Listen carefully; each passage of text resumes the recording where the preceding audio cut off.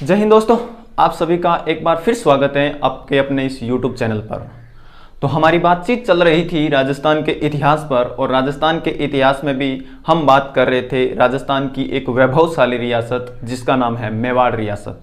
मेवाड़ रियासत के बारे में हम पिछले वीडियो में देख चुके थे कि किस प्रकार कुंभातक के शासनकाल के बारे में हम देख चुके थे, और उनके जो पुत्र हुआ करते थे जिनका नाम था रायमल, और रायमल के जो पुत्र हुआ करते थे दो पुत्रों के बारे में हम पिछले वीडियो में देख चुके हैं। दोस्तों, अगर आपने वो वीडियोस नहीं देखे हैं तो आप वो वीडियो जरूर देख लीजिएगा। वो वीडियो आपको आपके इस चैनल पर प्लेलिस्ट का जो सेगमेंट होता है उस प्लेलिस्ट वाले पोर्शन में आपको वो वीडियो मिल जाएंगे। तो आज हम शुरू करते हैं रायमल का तीसरा पुत्र जिसका नाम था महाराणा सांगा। इनका नाम तो संग्राम सिंह था और इनको सांगा कहा जाता है। तो हमारी बातचीत चल रही थी, तो हम बात कर रहे थे रायमल के विषय में। हम पिछले वीडियो में देख चुके हैं कि रायमल जो थे वो कैसे शासक बने रहते हैं, और इनके जो पुत्र हुआ करते थे जिनमें से एक पुत्र का नाम था पृथ्वीराज सिसोदिया जिसे उड़ना राजकुमार कहा जाता था, और एक का नाम था जगमाल, और एक पुत्र था जिसका नाम था संग्राम सिंह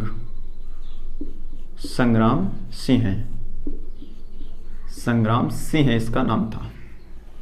हमने पिछले वीडियो में देखा कि किस प्रकार जो है इस पृथ्वीराज सिसोदिया जिसको उड़ना राजकुमार कहा जाता है, इसको जहर के लड्डू देने के बाद में इसकी जो है मृत्यु हो जाती है, और जगमाल देवड़ा जो कि जगमाल जो है वो सोलंकियों से लड़ते हुए मारा जाता है, और इनका एक भाई जिनके नाम था संग्राम सिंह। जब ये रायमल जिंदा थे उसी टाइम इन तीनों भाइयों में क्या है कि उत्तराधिकार को लेकर ये हमेशा लड़ा किया करते थे। ये आपस में हमेशा इस बात को लेकर हमेशा ये उलझ जाते थे कि अगला शासक जो है कौन बनेगा। जब रायमल जिंदा थे उसी टाइम ये आपस में ये संघर्ष किया करते थे कि अपने पिताजी की मृत्यु के बाद में जो अगला शासक है वो कौन बनेगा। तब यार ये रायमल सोचता है कि बड़ी नालायक औलाद है अपनी, तो ये सारे आपस में हमेशा उलझते रहते थे कि अगला शासक मैं बनूंगा। ये जगमाल कहता है मैं बनूंगा, और इधर संग्राम सिंह कहता है मैं बनूंगा। इस प्रकार जब ये आपस में हमेशा लड़ाई झगड़े आपस में करते रहते थे, तो इनके एक चाचा हुआ करते थे जिनका नाम था सारंगदेव। इनके एक चाचा थे जिनका नाम था सारंगदेव, और ये सारंगदेव इनको कहते हैं कि भाई आपस में लड़ने झगड़ने से तो अच्छा है कि कहीं जाकर आप पूछ लीजिए कि अगला शासक कौन बनेगा। तब ये सारंगदेव ऐसा बताते हैं कि आपके मेवाड़ में ही एक जगह पड़ती है जिस जगह का नाम है भीमल गांव। एक मेवाड़ में जगह पड़ती है जिस जगह का नाम आपको मिलता है भीमल गांव। उस भीमल गांव में एक माताजी का अपने मंदिर है। इस भीमल गांव में माताजी का एक मंदिर है, और उस मंदिर की जो पुजारिन है वो आपके हाथ देखा करती हैं। जैसे हाथों की लकीरों को कोई लोग नहीं होते हैं कि देखकर बता देते हैं कि आगे तेरे लिए क्या होने वाला है, तेरा भविष्य कैसा होगा, या फिर आगे चलकर आपको जो आप अगर हाथ दिखाओगे तो आप पूछोगे कि भाई अब मेरी सरकारी नौकरी लगेगी कि नहीं लगेगी। इस प्रकार जो है ये भीमल गांव में एक पुजारिन रहा करती थी। वो पुजारिन हाथ देकर बता दिया करती थी कि आगे आपके साथ में क्या होने वाला है। तब ये सारंगदेव इनको कहते हैं कि आप भीमल गांव की उस पुजारिन के पास जाइए और अपना हाथ दिखाकर पूछ लीजिए कि आप में से कौन शासक बनने वाला है। तभी ये तीनों जो भाई हैं, ये तीनों भाई जाते हैं वहां पर। ये तीनों भाई भीमल गांव में उस पुजारिन के पास जाते हैं और उस पुजारिन से पूछते हैं कि भाई अगला शासक जो है वो कौन बनेगा। तो वो भीमल गांव की जो पुजारिन होती है, माताजी के मंदिर में जो रहा करती थी, वो पुजारिन कहती है कि भाई क्यों आपस में लड़ रहे हो, तुम में से एक को तो किसी न किसी को बनना ही है। वो सीधे सीधे बता नहीं रही होती है। तब ये जो आपके पृथ्वीराज सिसोदिया जो है ये उग्र स्वभाव का आदमी था, एक तरह से गुस्सेल प्रवृत्ति का आदमी था। वो जब इनको नहीं बता रही होती है तो ये जो है अपनी तलवार बाहर निकाल के कहता है कि भाई बता रही है कि सल्टारा करूं तेरा ही। तब वो कहती है, तब वो भीमल गांव में जो पुजारी होती है वो इस प्रकार जब इसके बारे में ये जो पृथ्वीराज सिसोदिया अपनी तलवार निकाल कर कहता है, तो वो कहती है कि भाई तू तो नहीं बनेगा, तू बड़ा गुस्सेल प्रवृत्ति का आदमी है, तू इस पृथ्वीराज को कह देती है कि तू किसी भी हालत में ही नहीं बनेगा। तब ये पृथ्वीराज कहता है कि भाई मैं नहीं बनूंगा तो कोई और बनेगा, मैं नहीं बनूंगा तो जल्दी से बता कि ये दो कार्टून जो खड़े हैं इन दो कार्टूनों में से कौन बनेगा। तब ये कहती हैं कि संग्राम सिंह जो है वो अगला शासक बनेगा। अब संग्राम सिंह के अगले शासक बनने की बात जैसे ये पुजारिन करती है, वैसे ये दोनों जो है उस संग्राम सिंह पर टूट पड़ते हैं कि भाई अगला शासक जब हम इसको रहने देंगे तब बनेगा ना, अगला शासक जब ये जिंदा बचेगा तब अगला शासक बनेगा, हम इसको जिंदा ही नहीं छोड़ेंगे तो शासक बनेगा कैसे। ये दोनों इस संग्राम सिंह पर इस कदर हम टूट पड़ते हैं कि इस संग्राम सिंह की एक आंख बेचारे की यहीं पर फोड़ देते हैं, काना कर देते हैं यहीं पर। उसके बाद में इसके जो चाचा थे जिनका नाम था मैंने आपको बताया कि सारंग देव और वो पुजारिन जो होती है वो कैसे ही बीच बचाव का रास्ता करके इसको यहां से निकालते हैं, संग्राम सिंह को यहां से कैसे ही करके यहां से निकाला जाता है कि भाई तू यहां रहा तो तेरे को ये मार देंगे, मार डालेंगे, तेरे को किसी भी हालत में छोड़ेंगे नहीं, तो मेवाड़ का शासक तो कब बनेगा, अभी तेरी अर्थी तो ये उठा देंगे। तो इसके लिए ये सारंग देव और जो भीमल गांव की जो वो स्त्री होती हैं वो इनको निकालने में इनकी मदद करती हैं। वो इनको निकालने में जैसे ही मदद करती हैं, जैसे ही सांगा को यहां से निकलने का थोड़ा सा मौका मिलता है, सांगा तो अपनी चपले हाथ में लेकर ना आव देखा ना ताव देखा, सीधे यहां से निकल लेता है और यहां से भाग जाता है, ना पीछे मुड़ के ही नहीं देखता है, सीधा भागता चला जाता है यहां से निकलकर। और उसके बाद में ये जो सांगा है वो आपके भागते भागते राजसमंद में एक जगह पड़ती है। राजसमंद जो आपका वर्तमान में राजस्थान का जिला है, उस राजसमंद के एक जगह पड़ती है जिसका नाम है सेवेंद्री गांव। सेवेंद्री गांव राजसमंद की एक जगह पड़ती है, वहां पर एक मंदिर है जिसका रूप नारायण जी का मंदिर है। यहां पर एक रूप नारायण जी, सेवेंद्री गांव राजसमंद में रूप नारायण जी का एक मंदिर पड़ता है। वहां पर ये भागते भागते संग्राम सिंह भागता हुआ चाहता है और इस मंदिर में जाकर शरण लेता है। अब भाई मंदिर में छुपे आदमी को कोई भी कब तक छोड़ता, कि कभी ना कभी तो उसको मिलना ही था ना। सांगा तो पीछे से वो पृथ्वीराज सिसोदिया और जगमाल तो इस तरह इस कदर इसके पीछे भाग रहे थे कि किसी भी हालत में सांगा को तो आज जिंदा छोड़ना ही नहीं है, उसको तो आज सलटारा करना ही है। इस प्रकार यहां से ये पीछे भाग रहे होते हैं। तो उसके बाद में जब ये वहां पर पहुंचते हैं इस सेवेंद्री गांव में जब ये पहुंचते हैं तो वहां पर इसका एक इस रूप नारायण जी के मंदिर में मारवाड़ से एक पुजारी आया हुआ होता है। मारवाड़ जो कि आपका पड़ता है मेवाड़, ये जोधपुर वाला क्षेत्र पड़ता है। इस मारवाड़ का एक पुजारी आया हुआ होता है, या फिर एक यात्री कह दीजिए, या फिर जो भी मंदिर में आते हैं वो आया हुआ होता है। यात्री का नाम था बिदा जैतमलोथ।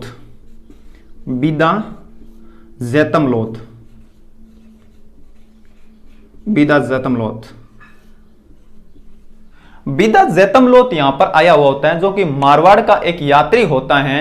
ये मारवाड़ का यात्री बिदा जैतमलोथ यहां पर आया हुआ होता है और पीछे से जब संग्राम सिंह भागता हुआ आ रहा होता है और इस मंदिर में जब शरण लेता है, संग्राम सिंह जब इस मंदिर में शरण लेता है तो उसके बाद में जब ये यहां पर जैतमलोथ है, ये इनसे पूछता है कि भाई क्या दिक्कत है, पूरे खून में लथपथ हो और क्यों भाग रहे हो, कोई प्रॉब्लम है तो बताओ।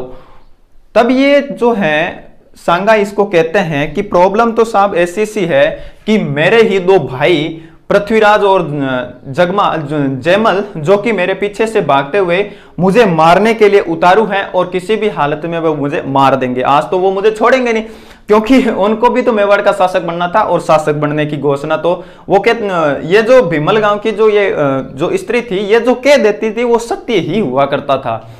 तब ये जो कहते हैं कि ये भाई मेवाड़ का शासक बनने वाला है अगला बंदा, मेवाड़ का ये भावी नरेश जो है, मेवाड़ का जो महाराणा जो आगे बनने वाला है, उसको जो शरण देना, उसकी सहायता करना तो मेरा फर्ज बनता है भाई।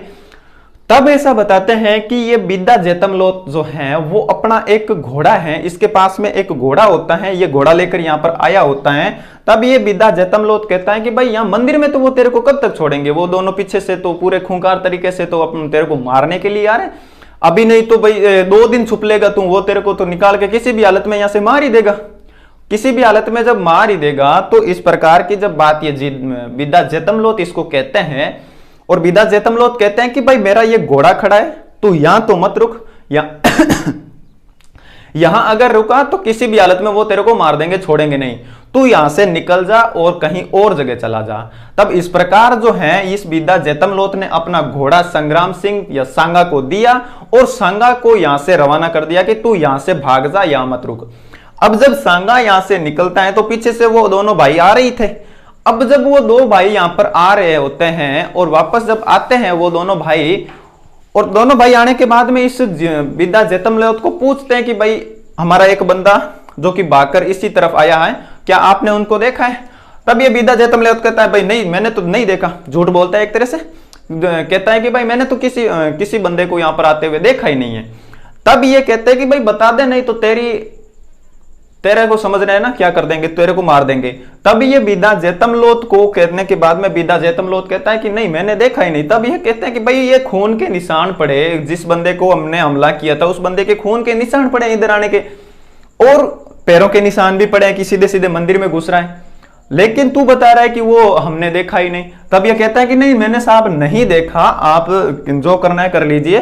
तब बिदा जेतमलोत के साथ में इन दोनों भाइयों का युद्ध होता है और बिदा जेतमलोत जो है वो यहां पर मारा जाता है। बिदा जेतमलोत को ये दोनों भाई मार देते हैं।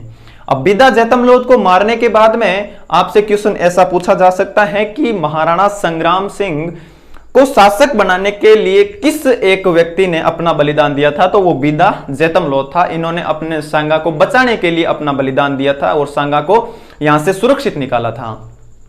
इसके बाद में सांगा यहां से भागता है और अजमेर आपकी एक जगह पड़ती है राजस्थान में, अजमेर जिला जो वर्तमान में ही भी पड़ता है, अजमेर चला जाता है। और अजमेर में उस टाइम शासन हुआ करता था करमचंद पंवार का, करमचंद पंवार। अब ये करमचंद पंवार के पास जाकर छुप जाता है। करमचंद पंवार के पास जाता है और कहता है कि आप मेरी सहायता कीजिए। तब करमचंद पंवार कहता है भाई कौन सी सहायता चाहिए तेरे को, ऐसी क्या सहायता की जरूरत आन पड़ी? तब ये कहता है कि फिलहाल तो जरूरत ऐसी सी है कि आप मुझे छुपा लीजिए, और तो कोई जरूरत नहीं है।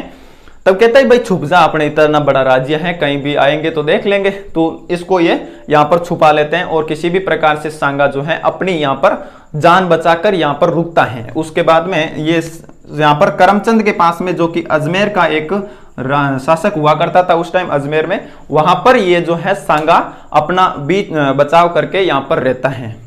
उसके बाद में जब सांगा को पता चलता है कि उनके भाई जगमा और ये पृथ्वीराज जो है वो मारे जाते हैं, जैसे कि पृथ्वीराज के बारे में और इनके बारे में हमने पिछले वीडियो में देखा था कि ये दोनों भाई पहले ही मारे जा चुके हैं। ये सोलंकियों से युद्ध करते हुए मारे जाते हैं, जिनका कारण वो ताराबाई थी, और ये जो हैं अपने बहनोई के दिए हुए जहर के लड्डू खाने के बाद में मारे जाते हैं, जिसके बारे में भी हमने आपको संपूर्ण जानकारी जो है पिछले वीडियो में दे चुके हैं। आज के इस वीडियो में उनकी चर्चा न करके वीडियो को लंबा नहीं करते हैं। आपने अगर वो वीडियो नहीं देखी है तो वो वीडियो देख लीजिएगा।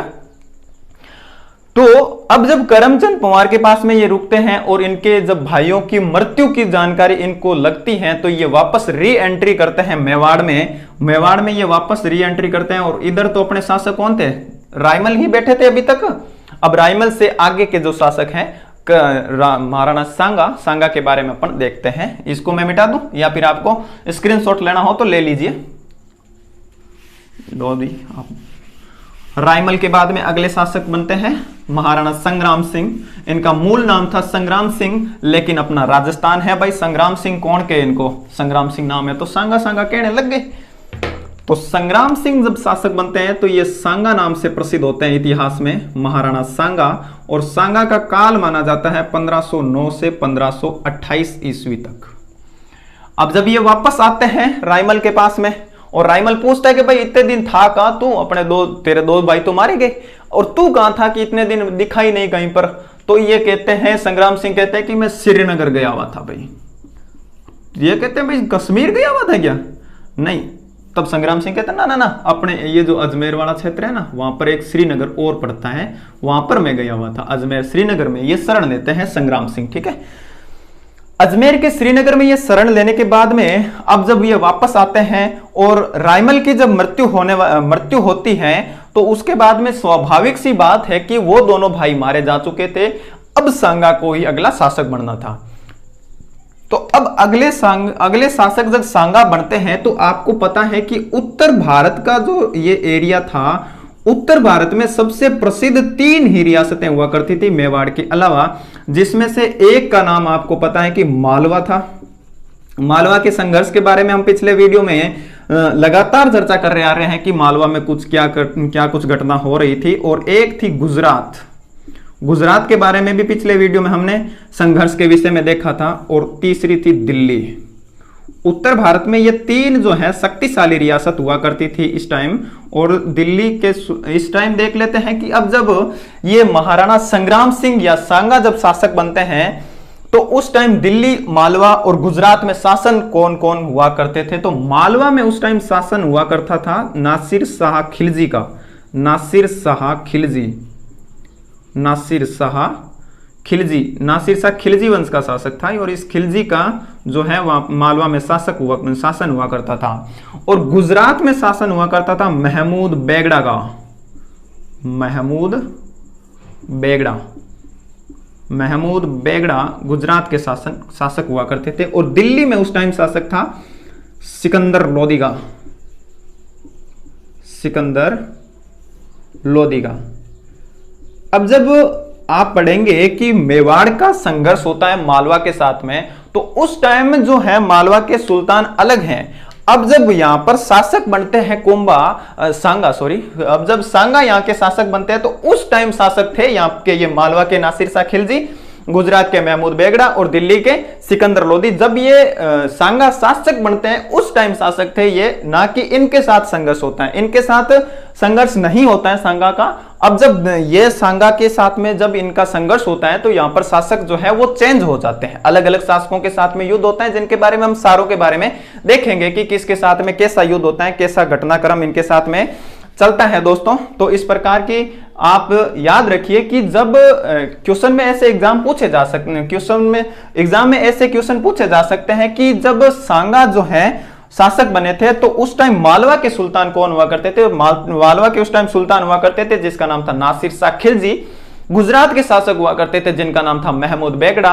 और दिल्ली के सुल्तान हुआ करते थे उस टाइम सिकंदर लोदी। इसके बारे में आप जरूर ध्यान रखिएगा, क्योंकि ये उत्तर भारत की 3 सबसे शक्तिशाली रियासत हुआ करती थी। इन्हीं के बारे में पूछा जाएगा, बाकी के बारे में तो कैसे पूछा जाएगा, क्योंकि वो शक्तिशाली रियासत नहीं थी, वहां पर छोटे मोटे राजा हुआ करते थे। ये जो है शक्तिशाली रियासत थी और इनके बारे में आपको जरूर ध्यान रखना चाहिए। आप इनके बारे में जो है इसका स्क्रीनशॉट लेकर या फिर लिख लीजिए कि मालवा के उस टाइम ये हुआ करते थे, गुजरात के ये हुआ करते थे और दिल्ली के सिकंदर लोदी हुआ करते थे। अब हम देखते हैं कि ये भाई इधर ऐसे शासक बने रहेंगे, इधर ये जो कोई भी रियासत जो है अपना तो साम्राज्य विस्तार करना चाहती है, कोई भी रियासत जो है अपना क्षेत्र तो बढ़ाना चाहती है। कोई भी शासक ये चाहेगा कि उसका क्षेत्र जो है वो बड़ा हो। तो ये जो है इनके बीच में संघर्ष तो होना सीधी सी बात है कि इनके बीच में संघर्ष तो होगा ही होगा।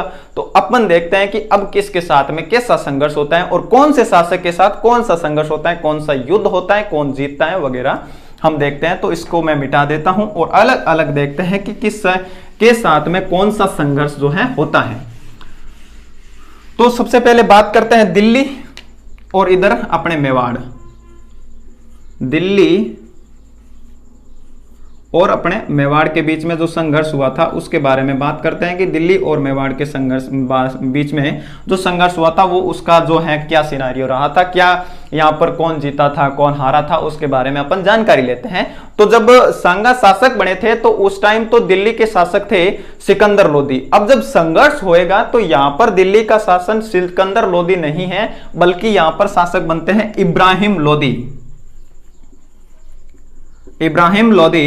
इब्राहिम लोदी और सांगा के मध्य संघर्ष होगा। इब्राहिम लोदी वर्सेस इधर से अपने सांगा जी हैं। इब्राहिम लोदी आक्रमण करता है महाराणा सांगा पर, जो कि पहले खातौली के युद्ध में होता है। खातौली का युद्ध इनके बीच में होता है। खातौली का युद्ध कब होता है? तो खातौली का युद्ध होता है 1517 ईस्वी में। 1517 ईस्वी में मेवाड़ और दिल्ली के बीच में, यानी कि इब्राहिम लोदी और सांगा के बीच में खातौली का युद्ध होता है। और खातौली जो जगह है वो आपके राजस्थान का जो वर्तमान में कोटा जिला है उस कोटा जिले में ये खातौली की जगह पड़ती है। खातौली कोटा में पड़ती है और कोटा में खातौली नामक जगह पर 1517 ईस्वी में एक युद्ध होता है जिसे खातौली का युद्ध कहते हैं। और ये जो युद्ध है ये महाराणा सांगा और इधर से इब्राहिम लोदी के बीच में ये युद्ध होता है। और इस युद्ध में जो है महाराणा सांगा ने इब्राहिम लोदी को पीट पाट के पूरी तरह से हरा के वापस भेज दिया था। और इस युद्ध में जो है महाराणा सांगा की जो है वो जीत होती है और इब्राहिम लोदी हार जाता है। इब्राहिम लोदी अब यहां से हार गया है और वापस दिल्ली की तरफ लौट जाता है। दिल्ली जाने के बाद में 1 वर्ष बाद में ही ये वापस आक्रमण करता है कि क्या पता अपना बदला वापस ले लें, क्या पता अपना जो साम्राज्य अपन वहां पर हार के आए थे, वहां पर अपना जो बेइज्जती करवा कर आए थे उसका बदला वापस ले लें। तो इसी उद्देश्य से ये जो है वापस आक्रमण करते हैं। और दूसरा आक्रमण होता है बाड़ी का युद्ध में। बाड़ी का युद्ध होता है, बाड़ी का युद्ध। और ये बाड़ी का जो युद्ध है ये होता है 1518 ईस्वी में। और 1518 ईस्वी में ये युद्ध होता है। और ये बाड़ी जो जगह है वो आपके वर्तमान का धौलपुर जो जगह पड़ती है, राजस्थान का सबसे छोटा जिला, राजस्थान का सबसे पूर्वी जिला, जहां इसको सूर्य उदय का जिला भी कहते हैं, क्योंकि राजस्थान में जब सबसे पहले सूर्य उदय होता है तो किरणें यहीं पर पड़ती हैं। भूगोल के विषय में जब अपन जानकारी लेंगे तो इसके बारे में देखेंगे कि कौन सा गांव है जिसके बारे में, सीलन गांव, जिसके बारे में देखेंगे कि वहां पर जो है सबसे पहले सूर्य की किरणें पड़ती हैं, यही धौलपुर है। और इसी धौलपुर में जो बाड़ी नामक एक जगह पड़ती है वहां पर यह युद्ध होता है। 1518 ईस्वी में महाराणा सांगा और इब्राहिम लोदी के बीच में यह युद्ध होता है। इब्राहिम लोदी और सांगा के बीच में बाड़ी का युद्ध होता है। इसमें वापस यही है, ठीक है ना, इब्राहिम लोदी और सांगा। इसमें फिर वही होता है, सांगा फिर इस इब्राहिम लोदी को बुरी तरह से पीट के वापस भेज देता है और इब्राहिम लोदी इस युद्ध में फिर हार जाता है और सांगा की फिर जीत होती है। अब सांगा इस युद्ध में जीत जाता है और इब्राहिम लोदी इसमें हार जाता है। अब हम आगे के एक दूसरी रियासत के बारे में देखते हैं कि जो इधर मालवा की जो रियासत है उस मालवा के साथ में भी ये सांगा के जो संघर्ष चलते हैं, सांगा के वो संघर्ष भी देख लेते हैं कि मालवा के साथ में इनका कैसा संघर्ष चलता है। मालवा वर्सेस मेवाड़। मालवा में जब महाराणा सांगा शासक बनते हैं तो उस टाइम मालवा का शासक कौन था? अभी मैंने आपको बताया था कि उस टाइम जो है मालवा का शासक हुआ करता था नासिर शाह खिलजी, खिलजी वंश का जो शासक था। और नासिर शाह खिलजी की जब मृत्यु हो जाती है तो वहां पर जो है 2 लोगों के बीच में शासक बनने को लेकर जो है वो लड़ाई हो जाती है, जिसमें से एक का नाम था साहिब राय और दूसरे का नाम था महमूद खिलजी। ये महमूद खिलजी, आप सोच रहे हो कि ये महमूद खिलजी दोबारा आ गए, ये महमूद खिलजी इसका नाम है और ये महमूद खिलजी दूसरा है, ठीक है। वो महमूद खिलजी जो है फर्स्ट था, ये महमूद खिलजी सेकंड है। अब जब ये साहिब खां, ठीक है, साहिब खां और महमूद खिलजी के बीच में जो है वो संघर्ष होता है। ये दोनों ही मालवा के सुल्तान बनना चाहते हैं। इनके बीच में जो है ये आपस में लड़ रहे थे। जब नासिर खां की मृत्यु हो जाती है तो इनके बीच में संघर्ष चलता है। ये कहता है कि मैं शासक बनूंगा, ये कहता है कि मैं शासक बनूंगा। उस टाइम जो मालवा था वहां पर एक बहुत ही पावरफुल व्यक्तित्व का एक आदमी हुआ करता था, पावरफुल पर्सनैलिटी हुआ करती थी, जिसे कहते हैं कि जिसका नाम था मेदिनी राय। मेदिनी राय का नाम का एक आदमी था यहां पर, मेदिनी राय बहुत पावरफुल व्यक्ति था। और जैसे कि आपने देखा कि जब कुंभा शासक बन रहे होते हैं तो कुंभा जब शासक बने थे तो उस पर जो है रणमल का जो है प्रभाव था। उसी प्रकार यहां पर जो है मालवा में जब ये शासक बनते हैं साहिब खां और इधर से महमूद खिलजी सेकंड जब ये शासक बनने वाले होते हैं, इनके बीच में जब संघर्ष चल रहा होता है तो बीच में जो है इंटरफेयर करते हैं जिनका नाम था मेदिनी राय। अब मेदिनी राय इनके बीच में इंटरफेयर करता है और वो साहिब खां को नहीं बल्कि महमूद खिलजी को शासक बना देते हैं। अब शासक बनाएंगे तो सीधी सी बात है कि मेदिनी राय का जो है वो प्रभाव जो है वो इस महमूद खिलजी सेकंड पर सीधा सा दिखेगा, क्योंकि भाई कोई भी बंदा अगर इसको शासक बना रहा है तो इसकी बात तो इसका कहना तो उसको मानना ही पड़ेगा ना, या फिर वो ऐसे ही करता रहेगा शासन? ऐसे तो शासन वो कर नहीं सकता, क्योंकि उसको उसने शासक बनाया है तो उसकी बात तो उसे मानना ही पड़ेगा किसी भी हालत में। अब जब मेदिनी राय पूर्ण रूप से इन पर नियंत्रण रखता है महमूद खिलजी पर, जो कि मेदिनी राय एक हिंदू सरदार हुआ करते थे, और ये जो है खिलजी रियासत थी या फिर मुसलमान रियासत थी या फिर मुसलमान ये शासक हुआ करते थे। अब मेदिनी राय का जब अधिकार इस पर नियंत्रण होता है, महमूद खिलजी सेकंड पर नियंत्रण होता है, तो ये बात जो है यहाँ के जो सरदार थे या फिर इसके दरबार में जो मुसलमान अन्य सरदार थे, उनको ये बात पसंद नहीं आती है कि भाई अपने जो हैं वो मुसलमान रियासत है और मुसलमान रियासत पर एक हिंदू सरदार कह दीजिए, हिंदू सरदार जो कि मेदिनी राय था ना, उस हिंदू सरदार का अपने मालवा के शासक पर इस तरह का अधिकार होना उनको पसंद नहीं आता है। सरदारियों को उनको जब पसंद नहीं आता है तो वो कैसे भी इस मेदिनी राय को यहां से निकालना चाहते हैं, मेदिनी राय को यहां से भगाना चाहते हैं, और मेदिनी राय को भगाने के बाद में वो अपना प्रभाव यहां पर जमाना चाहते हैं। तो इस प्रकार की जब घटना होती है तो ये जो मेदिनी राय को निकालने के लिए इनके विरुद्ध षड्यंत्र करने लग गए थे। इस मेदिनी राय को यहां से निकालने के लिए यहां पर षड्यंत्र होता है कि मेदिनी राय को कैसे भी करके यहां से निकाला जाए। तब उन सरदारों से वो बात जब पूरी पल्ले नहीं पड़ती है या फिर वो बात जब पूरी कंट्रोल में नहीं आती है, उनसे पेश नहीं पड़ती है, इस बात में उनसे ये बात पेश नहीं पड़ रही थी कि कैसे भी करके इस मेदिनी राय को बाहर निकाला जाए। तो इस बात को निकालने के लिए वो यहां पर आपको पहले भी बताया था मैंने कि गुजरात जो है वो एक समृद्धशाली रियासत हुआ करती थी, और गुजरात में उस टाइम शासक था जिसका नाम था मुजफ्फर शाह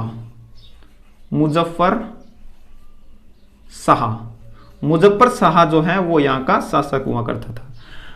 अब यहां पर जो मालवा के अन्य सरदार हैं वो मुजफ्फर शाह को कहते हैं कि भाई आप हमारी सहायता कीजिए, हमारे यहां पर मेदिनी राय का बहुत ज्यादा इंटरफेयर है, आप इसको भगाने में हमारी सहायता कीजिए, कैसे भी करके हम इस मेदिनी राय को यहां से निकालना चाहते हैं या फिर यहां अपने इस मालवा रियासत में इसके प्रभाव को कम करना चाहते हैं।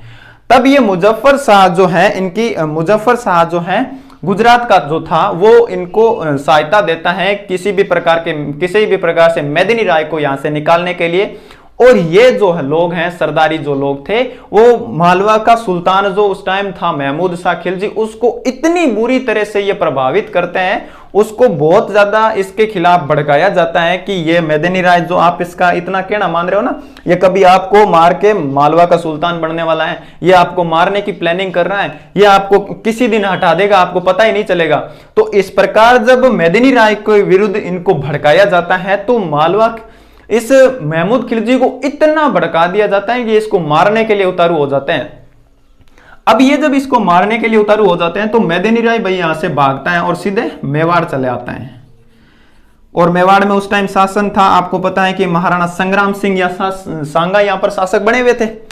तो महाराणा सांगा के पास में जब ये आता है और कहता है कि इस प्रकार से जो है मेरे पीछे से जो मालवा का सुल्तान जो है महमूद खिलजी सेकंड वो मुझे मारना चाहता है और आप मेरी रक्षा कीजिए। तो इस प्रकार का जब घटनाक्रम चलता है तो ये सांगा के पास में आता है और सांगा कहता है भाई तू निष्फिकर रह, तेरे को कोई कुछ नहीं करने वाला, अब तू मेरे पास आ गया ना, अब कोई करेगा तो मैं उसको देख लूंगा, क्योंकि अब तू सांगा की शरण में है। अब सांगा के पास में जब ये आ जाता है तो सांगा ने इसकी सहायता का इसको वचन दिया था, और सांगा इसको वचन देने के बाद में मेदिनी राय को 2 जगह देता है, जिसमें से एक का नाम है चंदेरी और दूसरा का नाम है गागरोन। चंदेरी और एक देता है गागरोन। गागरोन जो है वो देता है, क्योंकि आपका एमपी में पड़ता है, और ये जो गागरोन है ये पड़ता है आपका जो राजस्थान का एक जिला है झालावाड़, और उस झालावाड़ में ये गागरोन का ये जो जगह है ये दे दी जाती है मेदिनी राय को। मेदिनी राय जो कि वहां मालवा से भागकर यहाँ पर कुंभा की शरण में आया था, और कुंभा को देने के बाद में ये जो मालवा मेदिनी राय को जो चंदेरी है और गागरोन दे दी जाती है। और इसके बाद में जो पीछे से महमूद खिलजी सेकंड जो था वो किसी भी हाल में मेदिनी राय को मारने के लिए उतारू हुआ था, वो किसी भी हाल में मेदिनी राय को मारना चाहता था, और वो यहां पर आक्रमण कर देता है गागरोन पर। गागरोन पर जब आक्रमण कर देता है तब ये जो है इधर से सांगा कहता है कि भाई गागरोन पर आक्रमण तू कैसे कर रहा है, क्योंकि गागरोन तो मेरा एक बंदा जो है चंदेरी जो कि मैदेनी राय है वो मेरा दोस्त है, क्योंकि उसने मेरे से शरण मांगी थी और उस पर तू आक्रमण कर रहा है, तो उससे पहले तेरे को मुझसे पूछना पड़ेगा कहां जा रहा है भाई, पहले मैदेनी राय पर। तो इसको कहते हैं कि ये यहां पर एक युद्ध होता है जिसको कहते हैं गागरोन का युद्ध। गागरोन का युद्ध जो है वो होता है इनके बीच में, और गागरोन का युद्ध जो है वो होता है 1519 ईस्वी में। 1519 ईस्वी में गागरोन का युद्ध होता है, और ये जो युद्ध है ये आपको पता है कि इधर से महमूद आक्रमण कर रहा था, महमूद खिलजी इधर से आक्रमण कर रहा था, और इधर से अपने सांगा जो थे, अब सांगा इधर से थे और इधर से महमूद खिलजी सेकंड जो इस पर आक्रमण करते हैं। उसके बाद में सांगा जो है इस महमूद को बुरी तरीके से पीटते हैं, बेचारे को इतना पीटा था कि पीट पीट के अपने मेवाड़ी ले गया था, और उसको पीटने के बाद में मेवाड़ जब ये ले जाते हैं तो उस सांगा के एक सैनिक था जिसका नाम था हरिदास चारण। हरिदास चारण जो है, आप यहां पर एक सांगा का सैनिक हुआ करता था हरिदास चारण। हरिदास चारण जो है वो इस महमूद खिलजी को पकड़कर यहां से मेवाड़ ले जाते हैं और उसको गिरफ्तार करके मेवाड़ में ले जाकर मेवाड़ की जो जेल होती है उसमें रख देते हैं। उसके बाद में ऐसा एक दिन बताते हैं कि ये जो हरिदास इसको कैद करके जो लाए थे, गिरफ्तार करके लाए थे, तो सांगा इससे इतने ज्यादा खुश होते हैं कि इसको जो है 12 गांव दे दिए थे कि ये 12 गांव आज से तेरे, मौज करना इन 12 गांवों पर तुम। हरिदास को 12 गांव दे दिए जाते हैं और 12 गांव का इसका स्वामी बना दिया जाता है, और महमूद खिलजी को यहां पर कैद कर लिया जाता है। अब महमूद खिलजी को यहां पर कैद करने के बाद में एक दिन का ऐसा समय बताते हैं कि जब एक दिन सांगा इसको एक गुलदस्ता भेंट करने के लिए आता है, और कहता है ये गुलदस्ता सांगा इसको देने आता है। 12वीं की जब एनसीईआरटी किताब आप पढ़ते हो तो उसमें देखते हैं कि गुलदस्ता इसको देते हैं, और उस गुलदस्ता को लेने के लिए ये महमूद खिलजी कहता है कि ये किसी भी चीज को लेने या देने के 2 तरीके होते हैं। एक तो आप उसको ऐसे दें, हाथ पसार कर लूं जिससे मुझे भीख की तरह लगता हो, और एक होता है कि मैं राजा की तरह लूं। अब मैं राजा तो मैं रहा नहीं, और भीख की तरह लेना मुझे पसंद नहीं, मैं भीख की तरह नहीं लूंगा। तो इस प्रकार की जब ये बात सुनते हैं सांगा इसके मुंह से, तो इससे सांगा इतने ज्यादा प्रभावित होते हैं कि भाई तू बातें बड़ी अच्छी करता है, चाहे कैसे हार चुका हो, तू कैसे हारा हो, पर तू बातें बड़ी बड़ी अच्छी करता है। तो उसके बाद में इन बातों से प्रभावित होकर मेवाड़ के महाराणा सांगा ने इसको यहां से छोड़ दिया था, और सांगा इसको कहते हैं कि चला जा वापस, मैंने तुमको माफ किया, और इसके बाद में इसको मालवा वापस लौटा दिया जाता है। ये थी मालवा और मेवाड़ का जो संघर्ष था उसके बारे में हमने बात की। और अब एक और संघर्ष के बारे में हम बात करते हैं जो कि गुजरात वाला था ना, गुजरात वाला। अब गुजरात वाले संघर्ष के बारे में बात करते हैं।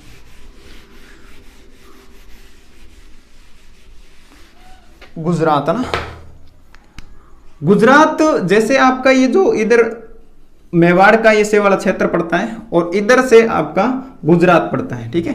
तो यहां पर एक बीच में रियासत हुआ करती थी जिसे कहते हैं ईडर। ये ईडर जो है, ईडर रियासत हुआ करती थी यहाँ पर। ईडर गुजरात का ही भाग थी ये ईडर। ईडर यहाँ पर एक रियासत होती है। इस ईडर पर जो है वो इस ईडर में जो है 2 लोगों के बीच में संघर्ष चल रहा था। यहाँ पर इस ईडर पर अधिकार करने को लेकर 2 लोगों के बीच में से संघर्ष चल रहा था, जिसमें से एक का नाम था भारमल और दूसरे का नाम था रायमल। भारमल और रायमल के बीच में यहाँ पर संघर्ष चल रहा होता है। भारमल कहता है मैं शासक बनूंगा, और रायमल कहता है कि मैं शासक बनूंगा। तो यहां पर जो गुजरात का उस टाइम, आपको गुजरात का जो ये क्षेत्र था उस टाइम गुजरात में शासन हुआ करता था।